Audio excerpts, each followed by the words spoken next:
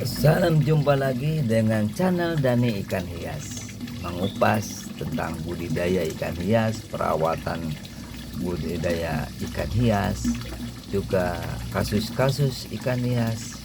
Tidak hanya ikan hias di explore, juga ikan konsumsi ya. Pada dasarnya ikan hias dan ikan konsumsi sama saja, cuma perbedaannya itu penampilan di penampilan ikan. Kalau jenis yang menarik ya termasuk pada ikan hias ya, lebih dominan untuk dikembangkannya itu dari segi penampilan ikannya. Kalau konsumsi itu lebih mengeksplor bagaimana pertumbuhan dan rasa dari ikan konsumsi bisa dinikmati dengan baik. Oleh karena itu Abah mengupas kedua-duanya juga agar para penonton bisa memahami bagaimana merawat ikan hias atau ikan konsumsi bisa baik, tumbuh, tidak berpenyakitan. Tentu selain perawatan air dengan kita bisa menguras atau mensipon bila mana udah terkeruh ya di kolam atau tambak atau di akuarium. Kalau sudah keruh karena terlalu lama ya, tentu ada perawatan penyiponan. Juga faktor filterisasi kalau di kolam ya, seperti ini ya, kolam taman ini ya, itu bisa kita pembersihan penyiponan kolam sekaligus saringan-saringan ya, saringan-saringan atau material saringan ya, kecuali untuk rumah-rumah bakteri jangan terlalu bersih ya, karena rumah bakteri tersebut sangat menguntungkan untuk ikan, karena pada dasarnya suatu air kolam dia sudah satu paket ya, ada airnya, ada ikannya, juga ada mikroorganisme yang menguntungkan ya, atau bakteri menguntungkan. Karena bakteri menguntungkan ini akan menekan hama ya, menekan hama di dalam kolam atau tambak, juga di dalam akuarium. Juga bakteri tersebut bisa memperbaiki mutu air tambak atau air kolam ya, akan mengurai bahan-bahan sisa pakan atau kotoran menjadi senyawa organik yang bermanfaat. Juga menekan mikroorganisme patogen. Nah ini kadang ada bakteri atau mikroorganisme yang jahat, itu bisa kita tekan ya dengan bakteri menguntungkan ini. Juga meningkatkan kualitas ya, produksi ikan ya. Nah, produksi ikan kadang-kadang kalau kita nggak bisa dirawat dengan baik, ikannya stunting ya, ikannya stunting, nggak bisa tumbuh dengan baik tidak sesuai dengan waktu saatnya untuk panen ya, selain kita penyortiran. Cuman kesulitan bagi kita sebagai penghobi atau pembudidaya ya, atau petani ya, ikan konsumsi atau ikan hias, untuk menimbulkan mikroorganisme baik ya, atau bakteri yang baik. Kesulitannya tuh bagaimana sih menciptakan organisme secara cepat ya, secara cepat, karena terkadang kan kita terkejar oleh deadline atau pesanan dan sebagainya. Oleh karena itu para pakar, para ahli sudah menciptakan suatu probiotik ya, probiotik yang sudah difermentasi dengan bakteri yang sudah disiapkan ya secara fermentasi ya. Ada Lactobacillus casei, juga ada Saccharomyces cerevisidae, juga ada molase ya, molase sebagai campurannya, karena molase ini makanan ya bagi Lactobacillus ya. Juga ditambah air ya. Tentu para pakar ini membantu kepada kita ya, para pakar fermentasi mikroorganisme yang menguntungkan ini atau probiotik ini. Tinggal kita praktis aja, kita campurkan ke dalam tambak ya, ke dalam tambak. Probiotik ini yang biasa kita tahu itu yang kita konsumsi ya, karena pada dasarnya bahwa probiotik ini untuk melancarkan pencernaan atau menguraikan makanan ya di dalam usus kita ya, hingga tidak terjadi sembelit ya. Kalau makanan itu cepat diurai ya, bisa diurai dengan probiotik ini. Contoh itu ya, untuk makanan-makanan yang cepat larut di dalam tubuh kita, dalam pencernaan dan dalam usus kita ini, seperti minuman, seperti kalau yang secara dijual di pasaran itu kemasan minuman ya, sering kita jumpai ya, minuman yang sudah difermentasi ya. Tentu praktis ya untuk ini, untuk kita konsumsi ya. Juga ada prebiotik ya. Prebiotik yaitu secara tidak langsung, kalau prebiotik itu sama pada dasarnya itu untuk melancarkan pencernaan, juga pengolahan makanan di usus, sama saja itu. Cuman perbedaannya itu enggak melalui fermentasi. Kalau prebiotik itu yaitu sumber makanan seperti ya makanan-makanan yang berserat ya, buah-buahan ya, sayur-sayuran. Nah itu sama yang membantu ya terhadap kesehatan, pencernaan, juga usus intinya ya. Jadi bahwa berdasarkan kebiasaan manusia, pola hidup sehat kita terapkan di perikanan ya, di perikanan kita terapkan sama, baik itu juga makhluk hidup ya. Makanya pemberian pakan buat ikannya bisa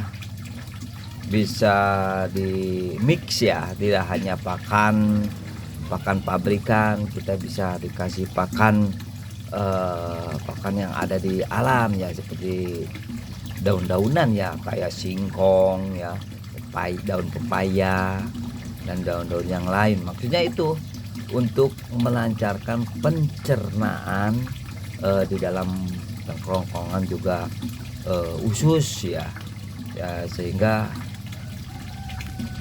ikan itu sehat, juga daya tahan tubuh ikan tersebut sehat. Yang kita bahas di pagi hari ini, kebetulan kita ambil di pagi hari ini, Abah menggunakan probiotik ya salah satu merek ya, bukan berarti ini promosi. Banyak merek-merek yang sudah beredar di pasaran. Kebetulan saja Abah ini dapat ya yang sudah lama menggunakan probiotik ini, yaitu mereknya EM4 ya. Ini EM4 ini ada EM4 pertanian, unggas, juga perikanan ya. Yang berwarna oranye ini probiotik yang untuk perikanan ya. Makanya gambarnya perikanan ya. Ini sangat praktis ya kalau kita ingin menimbulkan suatu mikroorganisme baik atau bakteri yang baik di dalam air kolam atau air tambak atau di akuarium ya, di air akuarium. Ini murah meriah ya. 1 liter ini kita beli 25.000 ya. 25.000 tapi bisa awet ya. Bisa awet untuk penggunaannya gitu ya. Ini sangat membantu sekali untuk menciptakan suatu patogen baik ya, atau bakteri yang baik ya. Mikroorganisme baik ya. Ini aja karena ini sudah komplit ya. Untuk E4 ini udah komplit. Ada bacillus ya, juga ada malase, juga ada air ini ya.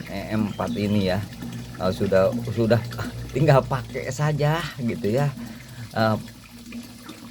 Untuk daya tahan tubuh, untuk mengurai kotoran atau makanan tersisa, ini akan terurai dengan ini ya, dengan E4 ini ya. Dengan E4 ini akan terurai.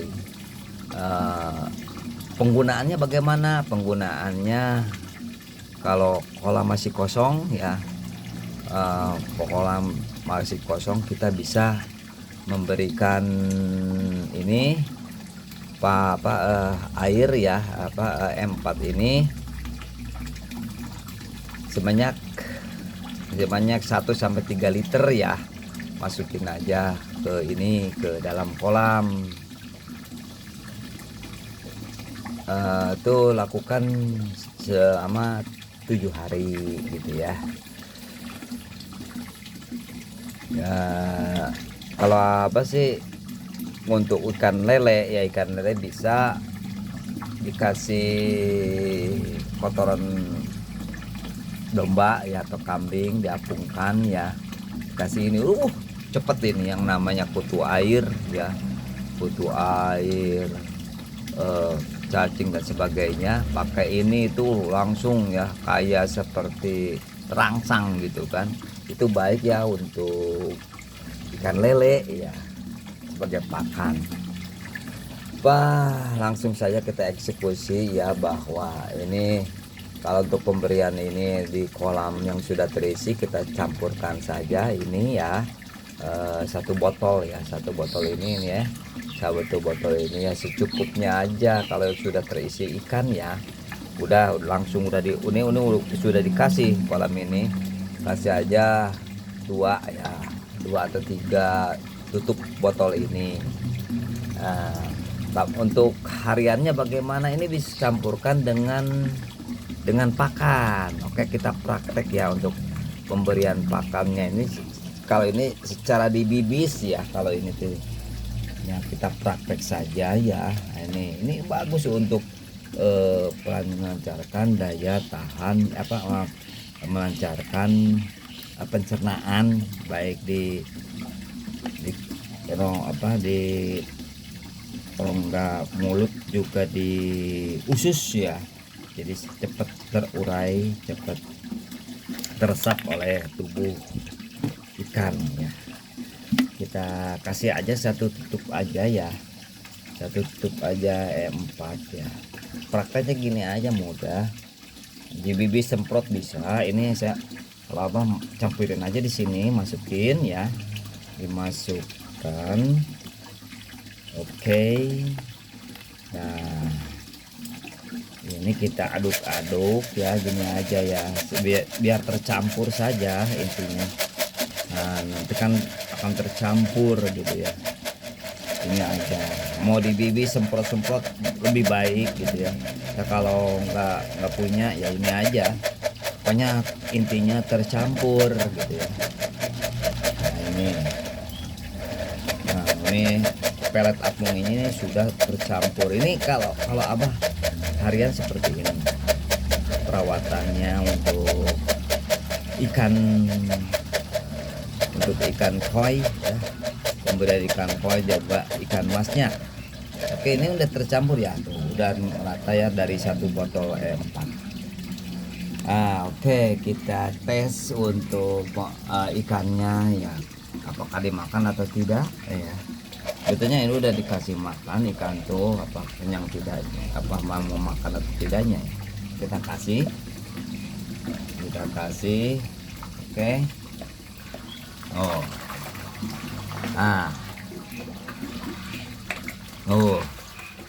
Makan langsung dimakan ya, doyan, tidak merasa bau ya. Ini udah tercampur oleh mikroorganisme baik dari E4 ya. Ini sangat baik untuk kesehatan ikan, juga daya tahan tubuh ikan dari hama penyakit ya. Jadi bisa langsung dikonsumsi, karena pada dasarnya namanya probiotik ini ya untuk pencernaan gitu ya, untuk pencernaan, melancarkan kesehatan usus dari ikan ya. Manusia juga perlu probiotik selain prebiotik ya. Prebiotik ya seperti itu, sayur-sayuran, buah-buahan. Kalau probiotik itu harus kita fermentasi seperti tempe ya, itu juga hasil dari fermentasi. Yogurt itu hasil dari fermentasi. Probiotik yang lainnya juga apa, Yakult ya, minuman tuh itu dari ini ya, dari fermentasi ya. Jadi dua baik probiotik dan prebiotik itu sama saja, dua-duanya sangat diperlukan oleh makhluk hidup, baik manusia maupun makhluk-makhluk yang lain ya, seperti ikan, unggas ya, termasuk tanaman.